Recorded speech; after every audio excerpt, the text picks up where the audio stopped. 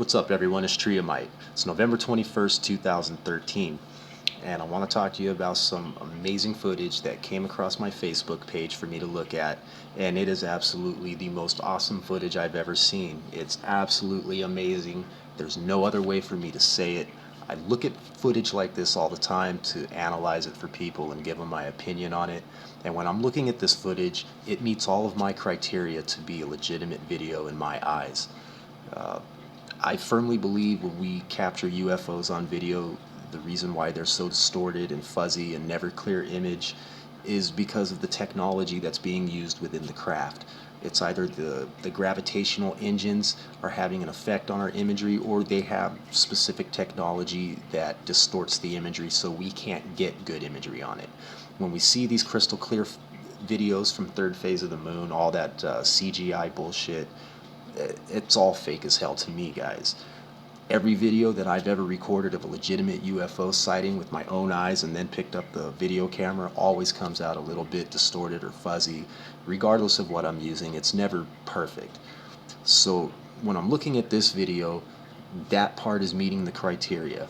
Overall, the video meets the criteria. The quality of the video, the way that foreground objects are in focus and background objects are out of focus, and vice versa. It just meets all the criteria, guys. So I want to play it for you, and it's just a subject that's very near to me. I've witnessed this personally as it came over Arizona into New Mexico and Texas, and it entered in pieces. I did not witness a solid object enter and then break up. I witnessed pieces entering and then more pieces coming off of the pieces. And that's what I saw right here from my own backyard. So this subject to me is very near to my heart because it was the second space shuttle disaster that I witnessed live with my own eyes. I also witnessed the Challenger.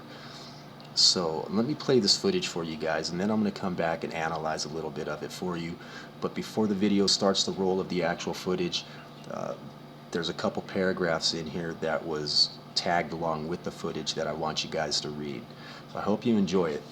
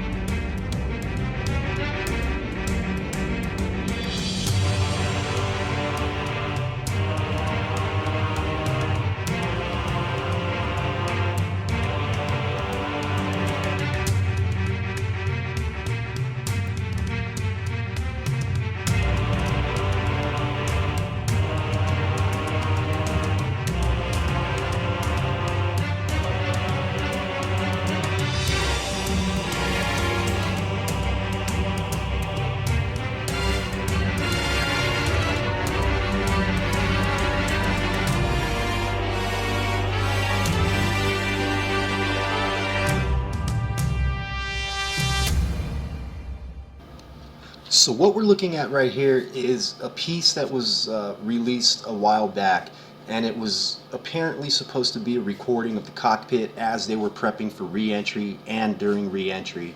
And we hear a conversation going on. Uh, it really just kind of looked like a staged set type of thing. And I'm going to go ahead and roll a little bit of this because I'm going to show you one of the things in this video that was released that really caught my attention and made me just think that it was a piece of propaganda released to give a false opinion and to form the cover up for us. So let's roll this real quick. And I'm going to go back off. Yeah. Yeah. That's good enough for me to see what check one of the thing. Now notice the guy with the camera. I want you to pay attention to the camera and the camera movements, and remember that they're prepping re-entry, and they're basically already on their trajectory to make the re-entry. So everybody's strapped in, everybody's buckled down, they're strapped in, all right? They're ready to pull those G's, and they're all prepared. So just keep that in mind. Yeah, you pull a little bit more now, Laura. Yeah. Okay. Now look at his camera. In order for him to have made that shot, he would have had to have stood up out of his chair, or because they're in space still and they have 0 G's, he floated up, right? He just kind of nudged himself up and he floated up. There's no way he would have got that shot sitting in his chair, just sitting down. Even if he raised his arms up, I really don't think that he could have done that. But that's a lot of math going into that aspect right there. So I want you guys to keep that in mind, that this was staged. Okay, that's working. This was a staged event, guys. Do you see over my shoulder, Laura? I was feeling it doesn't show up nearly as much as the back. It's going pretty good now. Now remember, guys, they're having a crisis, okay? They're in space.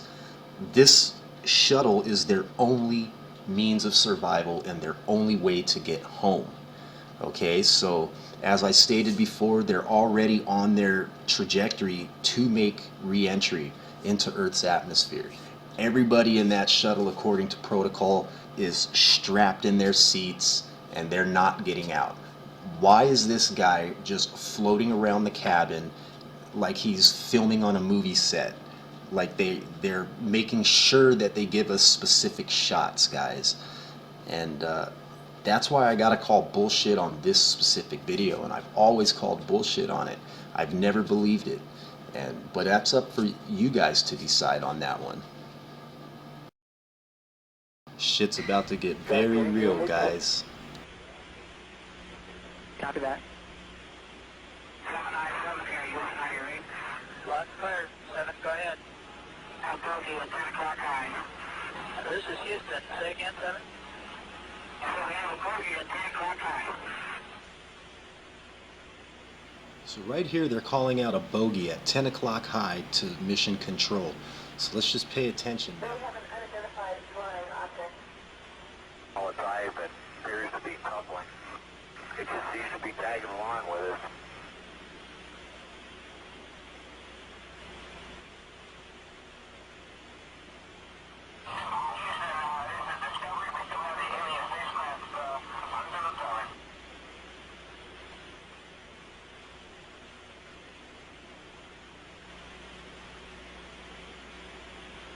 Yeah, Houston, we got somebody out the front window with a pair of binoculars and a zoom lens. We're trying to get a pretty good idea on this thing.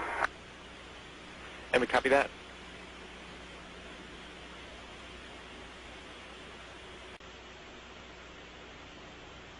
Okay, I don't know if you guys are still tracking it with the camera. Now right here, they were trying to focus their camera in on the space station, so when they swung it over to the object, it would be in focus with no fumbling around, and the transmission cut. Now we have mission control coming on, talking about they're losing this, they're losing all these different telemetries, and it wasn't all at once. They didn't lose all telemetry all at once. It didn't just explode in one big bang. There was multiple explosions throughout the ship because things were failing seconds apart from each other. And when we get when we're getting telemetry, we can tell down to the nanosecond what happened, right up until the point where the image until where the telemetry stops. So let's listen to everything that's being said here, and I want you to really pay attention to this video, guys, because this is the type of video that I'm talking about that meets all my criteria to tell me that this is a 100% legitimate video. Flight Max. Go. We just lost tire pressure on left outboard and left inboard, both tires. FYI, I've just lost 4 separate temperature transducers on the left side of the vehicle, hydraulic return temperatures. 4 high return temps? To the left outboard and left inboard elevons. Okay, is there anything common to them, DSC or MDM or anything? I mean, you're telling me you lost them all at exactly the same time? No, not exactly. They were within probably 4 or 5 seconds of each other. Okay, where are those? Where is that instrumentation located? They're all 4 of them are located in the aft part of the left wing, right in front of the elevon actuators. And there is no commonality. No commonality. And there's no commonality between all these tire pressure instrumentations and the hydraulic return instrumentations? No, sir, there's not. We've also lost the nose gear down talkback and the right main gear down talkback. Nose gear and right main gear down talkbacks? Yes, sir. In flight econ? Econ. I've got 4 temperature sensors on the bottom line data that are all scale low. Columbia. So here's where I start to have a problem with some of this video, guys, because I'm going to show you a picture right here. This is sts17 on takeoff for that mission. Now we're looking at the left side of the shuttle, and if you pay attention, you look where it says United States and we see the flag. We see the United States flag, and then we see United States. Now after United States, we do not see anything. It's just blank white. There's no logo there, no nothing. In the video, we have a NASA logo there. Now you're going to ask me, how do you know you're looking at the right part of the craft? Well, I'm going to show you right now. In this picture, we have the flag and then United States. On the takeoff picture, we have the flag, we have United States. How do I know that that matches the left side of the craft? Because on the right side of the craft, as seen in this picture on a previous landing, we have United States, then we have the flag. It's reversed, guys. So I know for a fact that we're looking at the left side of a shuttlecraft. And I know for a fact that the flag on the left side of the shuttlecraft indicates to me that what we're seeing on the left side of our screen is going towards the front of the craft, and the right side of the screen would be the back of the craft. Either way that we look at it, I can find no NASA logo on STS-107 in any of the official photos. Is that a deal breaker? Not really, but it is something to think about, guys. It's something to really, really think about when we're looking at this footage. As real and as convincing as it looks, we have to keep this into consideration.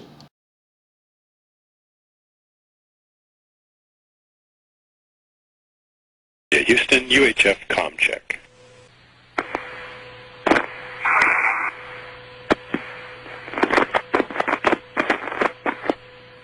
Columbia, Houston, UHF comm check.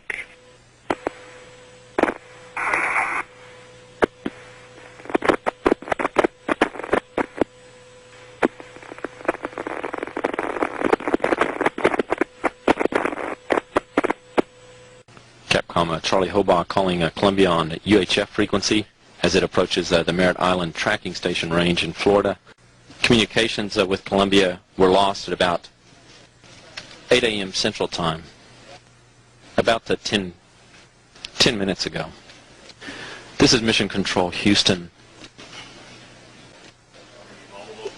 Any debris that is located in the vicinity of the north central Texas area that may be related to the shuttle contingency should be reported to local law enforcement, who will then report to NASA.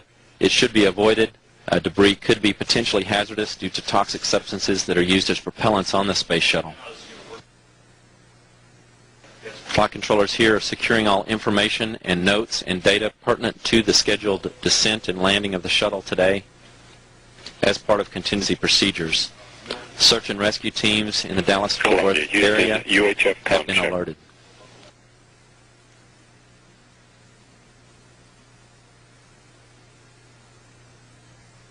Again, any debris that is located in the north central Texas vicinity that may be related to the space shuttle contingency should be reported to local law enforcement authorities and should be avoided as it may be hazardous due to toxic substances that are used as propellants